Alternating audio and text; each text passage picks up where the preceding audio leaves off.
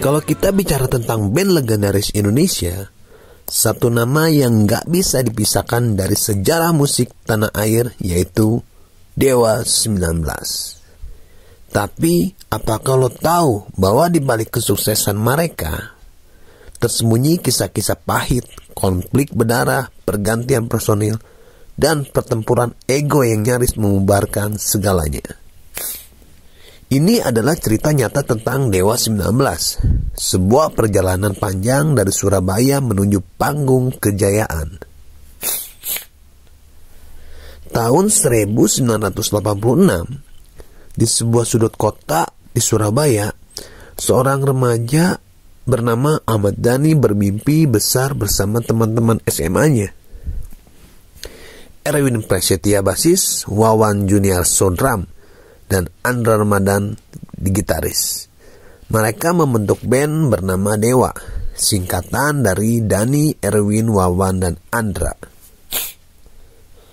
Tapi nama itu belum cukup kuat.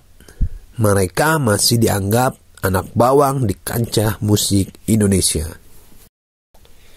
Sampai akhirnya tahun 1992, mereka menggandeng seseorang atau vokalis muda dengan suara khas dan penuh jiwa, yaitu Ari Lasso.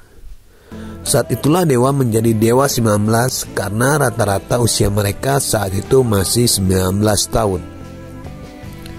Album perdana mereka langsung meledak. Kangen jadi hits nasional.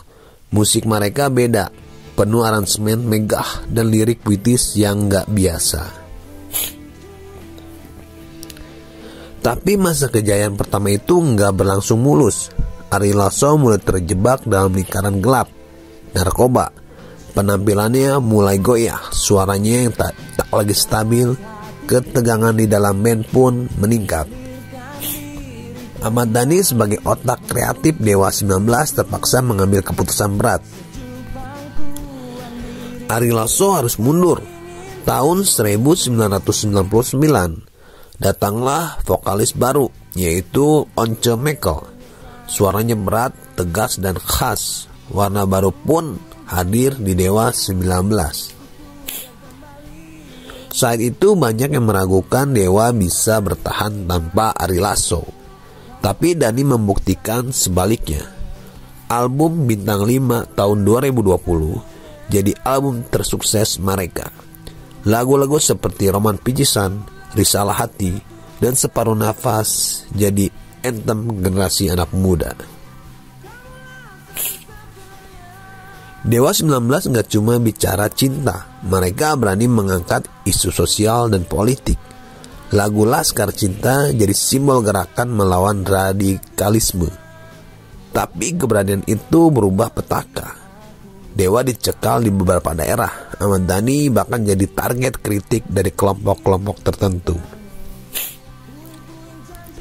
Namun bukannya surut, Dewa semakin berani. Mereka membuktikan bahwa musik bisa menjadi senjata perubahan.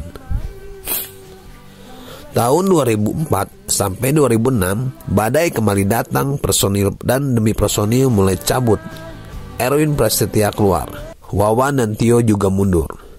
Once pun akhirnya memilih fokus solo karir. Dewa 19 perlahan bubar, meski tidak pernah benar-benar diumumkan resmi.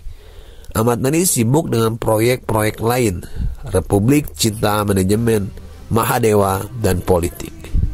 Fan kecewa, nama Dewa 19 tetap hidup. Tahun 2019 jadi titik balik. Ahmad Dhani yang sempat tersandung kasus hukum keluar dari penjara dan langsung membuat gebrakan. Dewa 19 bangkit. Mereka melakukan reuni besar-besaran, menariknya Ari Lasso dan Once tampil bersama. Sesuatu yang dulu tak terbayangkan. Dan bukan cuma itu, Ahmad Dhani membawa Firza, jebolan Indonesian Idol, sebagai vokalis generasi baru. Konser demi konser sold out. Lagu-lagu lama hidup kembali.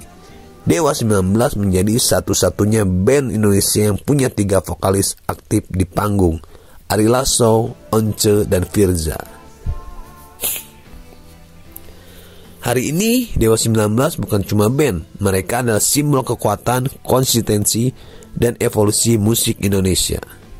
Lagu mereka masih dinyanyikan generasi baru. Konser mereka tak pernah sepi. Dan meski formasi terus berubah, semangat mereka tetap utuh. Musik adalah jalan hidup. Di balik setiap lagu yang kita nyanyikan ada cerita. Dan Dewa 19 adalah bukti bahwa perjalanan menuju legenda tidak pernah mudah. Dari Gang Sempitu Surabaya hingga panggung internasional, Dewa 19 telah menulis sejarahnya sendiri dan kisah mereka masih belum selesai. Kalau kamu suka dengan cerita ini, jangan lupa like, komen, dan komentar vokalis favoritmu, subscribe channel ini. Karena setiap lagu punya cerita, dan di sini kita akan membongkarnya. Sampai jumpa di kisah berikutnya. Assalamualaikum warahmatullahi wabarakatuh.